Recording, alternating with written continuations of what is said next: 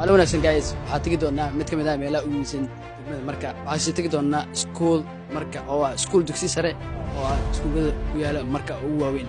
Maray waxaan joognaa sida ay sheegtaba iskuulka Marka oo ay wax ku bartaan jiilka cusub ee magaalada Marka. Hadaftan waxa gudaha u sii gal doonaa school Marka oo ah school weyn. Let's go guys, I was on.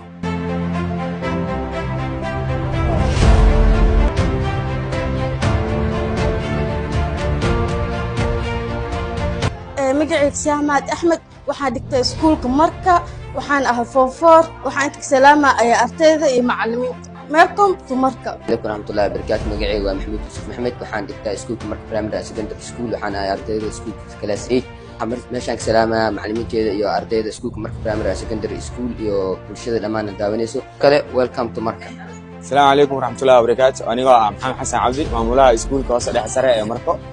iskuulku wuxuu leeyahay 3 xeer oo kala duwan hoose dhexe sare ku soo dhawaada gacan faro ku soo dhawaada magaalada ku soo dhawaada welcome to Marka and Marka School aad u maasantiin dhamaantiina dalxiis wacan soo dhaweyn wanaagsan insha Allah.